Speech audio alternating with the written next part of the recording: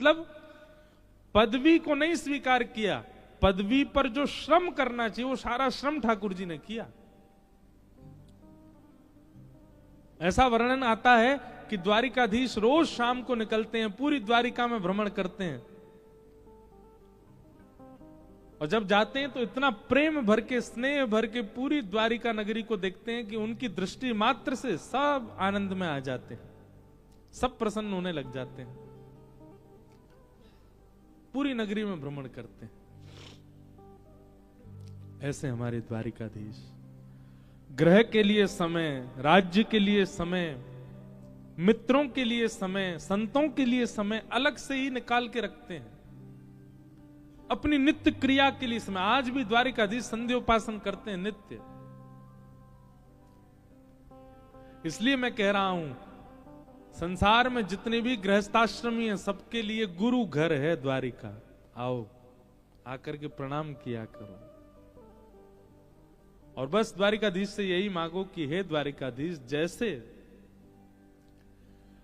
आप अपने संपूर्ण परिवार, परिजन, प्रियजन, संतजन, गुरुजन सबको संभाल लेते हैं, वैसी स्थिति हमारी बनाओ। ये द्वारिकाधीश से हम सीखें। तो ऐसे श्री द्वारिकाधीश हैं, राजाधिराज हैं, गौ ब्राह्मण प्रतिपालक हैं। इसलिए हम अपने सप्तनिधि वाले पद में गाते हैं, विप्रधेनु संतन के कारण रण छोड़ो ब्रजनाथ। विप्रधेनु संतन के कारण रण छोड़ो ब्रजनाथ। गाओ, विप्रधेनु संतन के कारण रण छोड़ो ब्रजनाथ। विप्रधेनु संतन के कारण रण छोड़ो ब्रजनाथ। ठाकुर जी ने रण क्यों छोड़ा? क्योंकि जरासंध ब्राह्मणों को अनुष्ठान पर बिठा करके आया है, और कहीं ना कहीं जरासंध ने यह भी कहा है कि अगर ठाकुर जी इस बार मुझसे नहीं हारे तो मैं गौ ब्राह्मण संत इनको मारना प्रारंभ कर दूंगा। ठाकुर जी ने मन में विचार किया कि गौ ब्राह्मण संत सबकी रक्षा हो, ऐसी क्रिया हमें करनी। सबकी रक्षार्थ ठाकुर जी रण छोड़ के गए। विप्रधेनु संतन के कारण रण छोड़ो ब्रजनाथ। विप्रधेनु संतन के कारण रण छोड़ो ब्रजनाथ। कहाँ आए? गोमती तट द्वारवती पधारे। गोमती तट द्वारवती पधारे।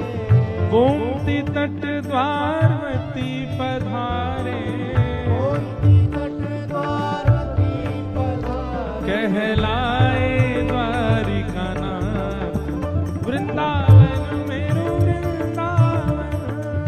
वृंदावन मेरो वृंदावन। देश वृंदावन मेरो वृंदावन। वृंदावन मेरो वृंदावन। गोमती तट द्वारवती पधारे। गोमती तट द्वारवती पधारे। कहलाए द्वारिका नाथ। वृंदावन मेरो वृंदावन। वृंदावन मेरो वृंदावन। हे श्री वृंदावन प्यारो वृंदावन। वृंदावन मेरो वृंदावन। विप्रधेनु संतन के कारण रण छोड़ो ब्रजनाथ। गोमती तट द्वारवती पधारे। शास्त्रों में द्वारिका का नाम द्वारावती, द्वारवती। कहलाए द्वारिका हाथ। ठाकुर जी आए रण छोड़ करके, और आकर के समुद्र नारायण भगवान से कहने लगे, हमको स्थान दे दीजिए अपना भवन बनाने के लिए, हम अपने यदुवंशियों के साथ यहां रहना चाहते हैं। समुद्र नारायण चरणों में गिर गए, बोले भगवान आप तो आज्ञा करो, आप आज्ञा कीजिए, आप निवेदन क्यों कर रहे हैं? पर यह ठाकुर जी का स्वभाव है, सबको मान देते हैं। समुद्र के तट पर भी आकर के समुद्र नारायण से कह रहे हैं कि आप हमको स्थान दो। भगवान चाहें तो भ्रगुटी टेढ़ी करके कहीं भी रह सकते हैं, पर नहीं, समुद्र नारायण आप हमको स्थान दीजिए। इसीलिए विष्णु सहस्त्र नाम में मान देना भगवान का एक नाम भी है। सबको मान देते हैं। समुद्र भगवान से कह रहे हैं हमको स्थान दे दो। और तब समुद्र के बीचों बीच एक स्थान प्रकट हुआ। तब विश्वकर्मा को भगवान ने आज्ञा की कि आप एक नगरी बनाओ। तो विश्वकर्मा जी ने कहा कैसी नगरी बनाए, कैसी चौखट हो, कैसी खिड़की हो, कैसे झूमर हो, बताओ। इंटीरियर बताइए कैसा चाहिए आपको। दुनिया के लोग अपने लिए घर बनाते हैं तो इंटीरियर और एक्सटीरियर दोनों डिजाइन करवाते, पर हमारे ठाकुर जी ने द्वारिका का ऐसा इंटीरियर करवाया। इंटीरियर कैसा होता है, या फिर खिड़की गेट ऐसे बनाए जाते हैं, आंधी आए तो धूल मिट्टी भीतर नहीं आ जाए, वर्षा का पानी भीतर नहीं आ जाए, कीड़े मकोड़े डेंगू नहीं आ जाए भीतर, ऐसा घर बनवाते हैं। मुंबई में रहते हैं आप लोग, तो मुंबई में तो इतनी इतनी ऊंची बिल्डिंग होती है, फिर भी मच्छर पहुंच जाते हैं ऊपर। मच्छर भी वहां पर ऊंची उड़ान भरने वाले हैं, फिर भी डेंगू हो ही जाता है लोगों को। एक है हमारे प्रिय सज्जन, उन्होंने सबसे बड़ी बिल्डिंग में सबसे ऊपर वाले फ्लोर पर करोड़ों खर्चा करके घर लिया। तो हमारे पिताजी बोले आपने इतना ऊपर घर क्यों लिया? बोले महाराज जी मच्छर नहीं आएंगे इतने ऊपर, उनकी क्षमता नहीं इतनी ऊपर आने की। बेचारे 2 महीना बाद डेंगू हो गया उनको, हॉस्पिटलाइज्ड थे। पिताजी बोले कैसे हो गया? इतने ऊपर घर लिया था, पूरा जीवन की जमा पूंजी सब खर्च कर दी फ्लैट लेने में कि हमको मच्छर नहीं खा जाए, कहां से हो गया? जैसे जैसे कलयुग बढ़ता जा रहा है, कीड़े मकोड़े भी हाईटेक होते जा रहे हैं। ठाकुर जी से कहियो कि ऐसे बढ़िया वाले पंख लगाओ ठाकुर जी, चाहिए आसमान में पहुंच जाऊं, मुंह काट जाऊं। अरे एक बार तो फ्लाइट में मच्छर आ गया था। मैंने कहा बता, ये भी विदाउट टिकट वीजा ट्रेवल कर रहा है, यहां पे भी लोगों को मलेरिया मार रहा होगा। तो सब लोग अपना घर बनवाते हैं अपनी इच्छानुसार, पर सीखो। श्री द्वारिकाधीश जी विश्वकर्मा से कहते हैं ऐसी नगरी का निर्माण करो जहां कभी किसी दैत्य का आगमन ना हो। मथुरा में आक्रांताओं ने बहुत आक्रमण किया, दैत्यों ने आक्रमण किया, राक्षसों ने आक्रमण किया, पर ठाकुर जी ने ऐसे भवन का निर्माण करवाया कि जहां पर केवल या तो वैष्णवा में, या तो केवल भक्ता में, या तो केवल विप्रा में किसी भी दैत्य बुद्धि या दैत्य स्वभाव वाले व्यक्ति का प्रवेश ना हो, ऐसी नगरी बनाओ। घर ऐसा निर्माण कीजिए जहां वैष्णव ही आवे, जहां भक्त ही आवे। अगली बार घर का निर्माण ऐसा ही कीजिए। अब जब भी बनाओ, अब बन चुका हो तो कोई बात नहीं, जिसके आवरण को देख के, जिसके औरे को देख करके, जिसकी एंट्रेंस को देख के, जिसका द्वार देख के, जिसकी दहली देख करके वैष्णव प्रसन्न हो जाए और उनका बार बार आने का मन हो। लोग ऐसा घर बनाते हैं कि रिश्तेदार, नातेदार, मित्र, पार्टी करने वाले बार बार आवे। वो नहीं, उसी के घर चलो, वहीं पे बढ़िया वाली पार्टी होती है। ऐसा नहीं। एक बार कोई वृंदावन से ब्रजवासी आ गए हो, एक बार कोई वैष्णव आ गए हो, एक बार कोई संत आ गए, तो वो बस नक्की कर दें अगली बार हम जब भी इस नगर में आएंगे रुकेंगे आपके यहाँ, तब समझो कि आपका घर बनाना सार्थक है। ठाकुर जी ने ऐसा ही बनाया, द्वारिका का निर्माण ऐसा ही किया है। श्रीमद् भागवत जी में लिखा है।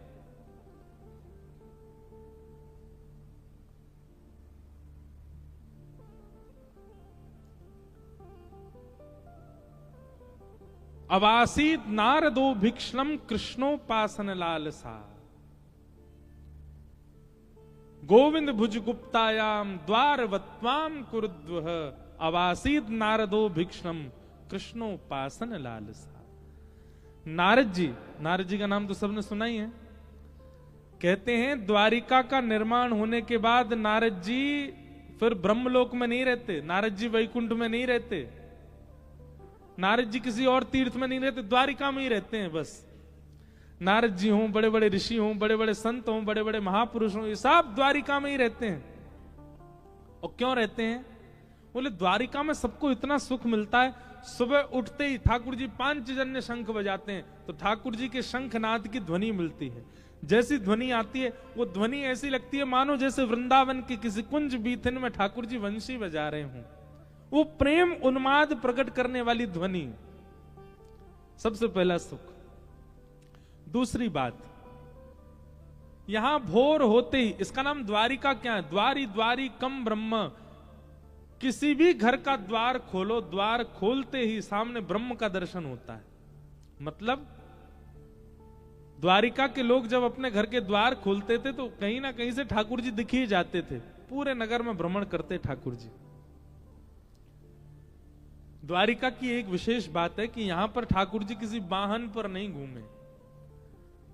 हाँ, वृंदावन में और द्वारिका में थोड़ा एक अंतर है। हमारी और चित्रांग जी की नोकझोंक चलती रहती है इस बात पे। हम कहते हैं वृंदावन बढ़ो, ये कहें द्वारिका बढ़ो।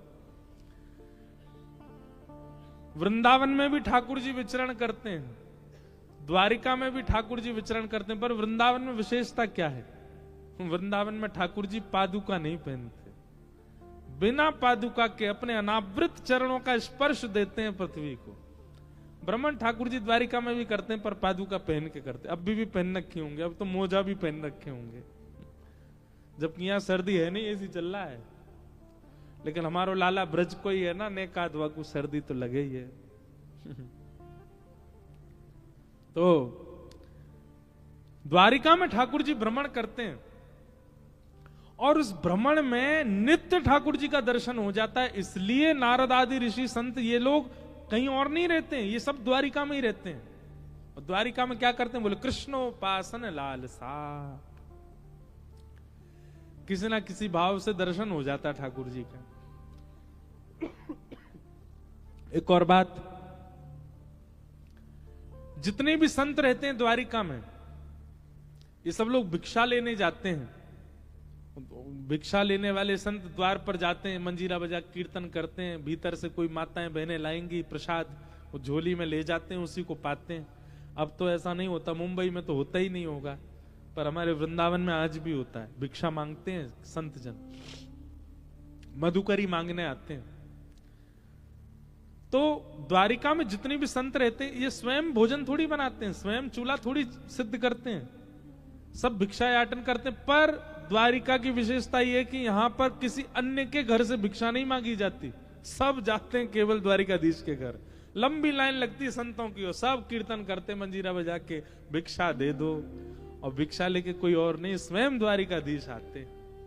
रोटियां लेके आएंगे, बढ़िया सुंदर साग लेके आएंगे, किसी को आटा दाल चावल लेके आएंगे, सबको अपने हाथों से पवाते हैं। संत महापुरुष आते तो भिक्षा लेने, पर ठाकुर जी की रूप माधुरी की भिक्षा लेकर के आनंदित हो जाते हैं, और दिन रात बस उसी चिंतन में रहते हैं। तो द्वारिका में बहुत सुख दिया ठाकुर जी ने, वैष्णवों को, परिवारी जनों को, भजनानंदियों को, विरक्तों को, सबको बहुत सुख दिया ठाकुर जी ने। इसलिए कृष्ण दर्शन की लालसा यदि चित्त में हो तो दो स्थान पकड़िए, या तो ब्रजमंडल या द्वारिका।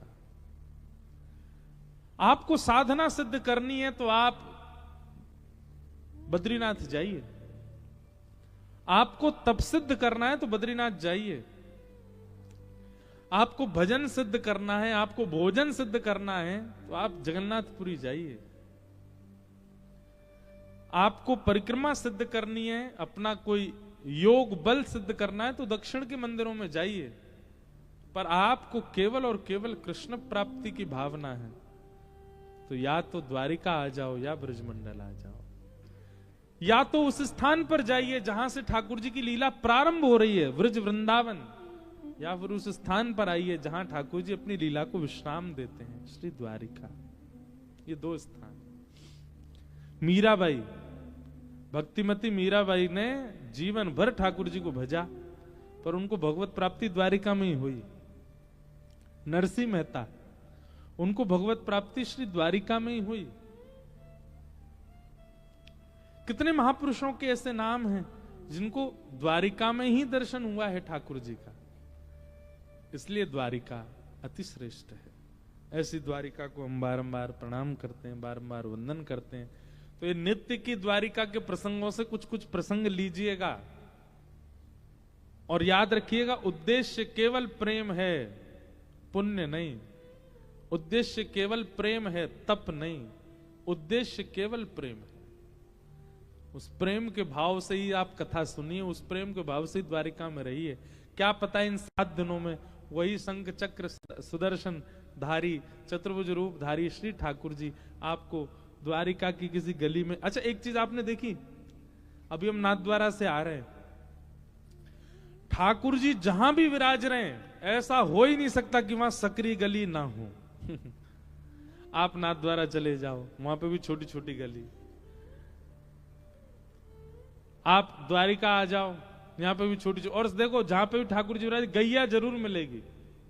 डाकोर जी चले जाओ, वहां पे भी छोटी छोटी गली। द्वारिका में, डाकोर जी में, जगन्नाथपुरी में, अब तो वहां बड़ी कर दी, पर फिर भी छोटी गलियां वहां पर भी हैं। ठाकुर जी चाहे जहां चले गए, पर उनको ब्रज का वह कुंज भाव बहुत प्रिय लगता ना। कुंज मतलब जहां सूर्य की किरण स्पष्ट ना पाती हो, कुछ ना कुछ आड़े आ जाता हो, उसको कुंज कहते हैं। ठाकुर जी ऐसी कुंज सब जगह बनवा देते हैं। नाथद्वारा में बनी, द्वारिका में बनी, जगन्नाथपुरी में बनी, डाकोर जी में बनी, वृंदावन तो प्रसिद्ध है कुंज गलियों के लिए। जब यहां गत वर्ष ठाकुर जी का उत्सव हुआ तो ब्रज द्वारिका मिलन महोत्सव, तो उसमें मैंने ब्रज द्वारिका के कई भाव कहे। उसमें हमने एक भाव और कहा, यहां जो चतुर्भुज है ना ठाकुर जी का, इसमें 2 भुजा किशोरी जी की हैं और 2 भुजा ठाकुर जी की हैं। वैसे तो ठाकुर जी और श्री जी एक ही हैं। जो बाम अंग है किशोरी जी का, ठाकुर जी का, वो किशोरी जी हैं, और दाहिना अंग जो है वो ठाकुर जी हैं। पर द्वारिका में ठाकुर जी के ऊपर दायित्व बढ़ गया। पारिवारिक रक्षा, राष्ट्र रक्षा, श्री ठाकुर जी दोनों यहां विराज रहे हैं, कोई विलग नहीं है। तो व्रज वृंदावन कहीं ना कहीं ठाकुर जी जहां भी जाते हैं वहां सब। और सबसे बड़ी बात, श्री जगन्नाथ रूप भले ही विराजमान है पश्चिम में, जगन्नाथपुरी पश्चिम हुआ कि पूर्व हुआ है? पूर्व हुआ ना, और ये पश्चिम हुआ। श्री जगन्नाथ जी भले ही विराजमान है पूर्व में, पर जगन्नाथ जी का प्रादुर्भाव स्थल श्री द्वारिका, द्वारिका में प्रकट हुए श्री जगन्नाथ जी। रोहिणी मैया ने ऐसी कथा सुनाई कि श्री ठाकुर जी का ही रूप प्रेम विगलित हो गया, और उस प्रेम विगलित रूप को जब नारद जी ने देखा तो नारद जी ने कहा, ना ठाकुर जी मुख पिघल गया, हाथ पिघल गए, चरण पिघल गए। तो ठाकुर जी ने कहा, नारद जी इस रूप को अपने चित्त में बसा लीजिए। ये रूप कलिकाल में एक धाम के रूप में श्री जगन्नाथपुरी में विराजमान होगा। इंद्रद्युम्न राजा पर कृपा करने के लिए मैं एक रूप धारण करूंगा, तब इसी रूप को वहां विराजमान करना। नहीं तो श्री जगन्नाथ भगवान का सबसे पहले वह रूप प्रकट कहां हुआ? द्वारिका में। अनेक महिमा है, अनेक बातें हैं श्री द्वारिका जी की, सब हम करेंगे, सब हम भाव रखेंगे। आज प्रथम दिवस है कथा का, महात्म के 1-2 श्लोक कहकर के फिर कथा को विराम दें, और कल से भैया 3 बजे से कथा को आप सब लोग आइएगा।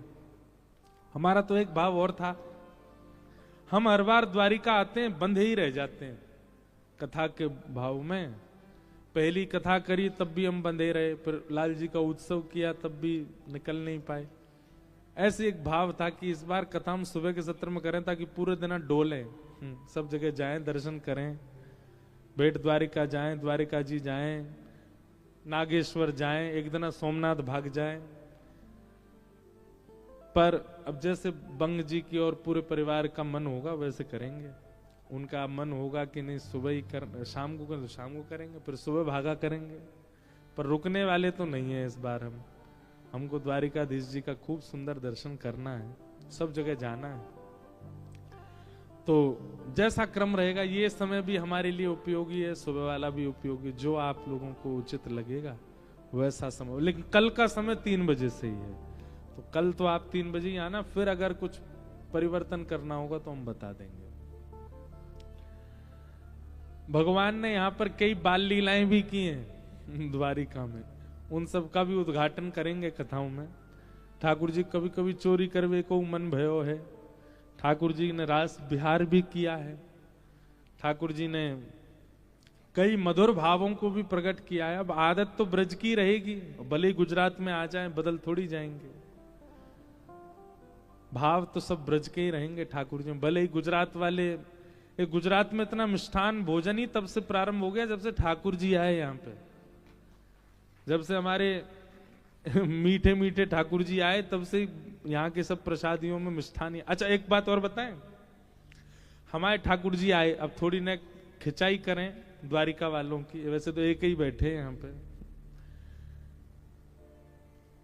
ठाकुर जी को इतनी याद आती वृंदावन की। सुबह बाल भोग में तो थोड़े से उदास बैठे रहते, राजभोग में तो थोड़े से उदास बैठे रहते, रात्रि ब्यारू भोग में भी उदास रहते।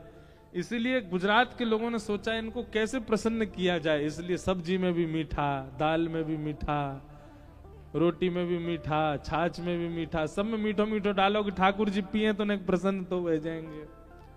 तो ये मिष्ठान का जो प्रसाद में भाव आया ना, वो हमारे ठाकुर जी को प्रसन्न करने के लिए यदुवंशियों ने ये प्रकल्प किए, तभी से गुजरात में मीठा ही मीठा बनता है। और सब भाव से ठाकुर जी पाते हैं। तो ऐसी द्वारिका में आए हैं। आप नित्य आइएगा, ताकि नित्य द्वारिका का पहला महिमा मंडन होगा, और फिर महिमा करने के बाद में फिर ब्रज की महिमा से उसको धो दिया जाएगा। यही तो आनंद है, यही तो सुख है। और कुछ तो करेंगे, हमारे द्वारिकाधीश आए हैं। मथुरा ना राजा थया छो, गोवाणों ने भूली गया छो, माने तो मनावी ले जो हे ओधा जी रे मारा वाला ने बढ़ीने के जो। जब ठाकुर जी ब्रज से आए तब गोपियां तो नहीं आई, ब्रज ग्वाला तो नहीं आए, तो उद्धव जी को भेजा, जाओ मना लाओ द्वारिकाधीश को। पर अब समय बदल गया है, अब ब्रजवासी खुद आया है मनाने के लिए। और अब द्वारिकाधीश को